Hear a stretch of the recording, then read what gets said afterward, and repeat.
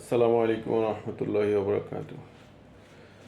প্রিয় বন্ধুরা, আজকে আপনাদের সামনে আমি একটা দোয়া উপস্থাপনা করব।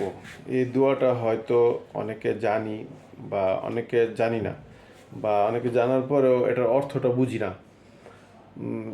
আর এই দোয়াটা কোথায় পড়তে হয় সেটাও অনেকে জানি না। এ আর এগুলো শিখানোটা আমি মনে করি অতীব জরুরি। আমি ইউটিউব ঘেটেও দেখলাম যে বিভিন্ন দোয়া পড়া হয় বা বলা হয় বা লিখে দেওয়া হয়, কিন্তু এগুলোর অর্থগুলি বলা হয় না। এটা অনেক দুঃখ লাগে। এই দুঃখের থেকেই আমি এই দোয়াগুলো পর্যায়ক্রমিকভাবে বলবো ইনশাল্লাহ। তবে আজকে যে দোয়াটা পড়বো সেটা হলো, নামাজ যখন শুরু করা হয় তো তার আগ মুহূর্তে, যেমন আকামত, যখন মুয়াজ্জিন আকামত শেষ করেন তারপরে যেই দোয়াটা পড়া হয় সেই দোয়াটাই আমি পড়ছি। আল্লাহু আকবর পড়ার পরে এই দোয়াটা পড়তে হয়। যেমন আল্লাহু আকবর বললো ইমাম সাহেব, তারপর আমরা বলবো সানা সুবহানাকা আল্লাহুম্মা ওয়া বিহামদিকা ওয়া তাবারাকা ইসমুকা ওয়া তাআলা জাদ্দুকা ওয়া লা ইলাহা গায়রুক। এটার অর্থ হলো, হে আল্লাহ, আপনি পবিত্র, আমি আপনার পবিত্রতা ও মহিমা বর্ণনা করছি। আপনি বরকতময়, আপনার শ্রেষ্ঠত্ব সর্বোচ্চ, আপনি ছাড়া কোনো মাবুদ নাই।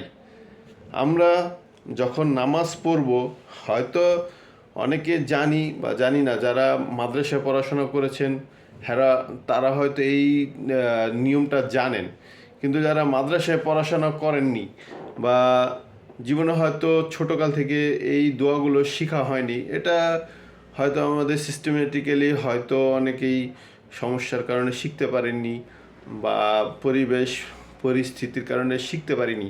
কিন্তু আমরা দয়া করে চেষ্টা করব যাতে এই দোয়াগুলি অর্থসহ শিখতে পারি।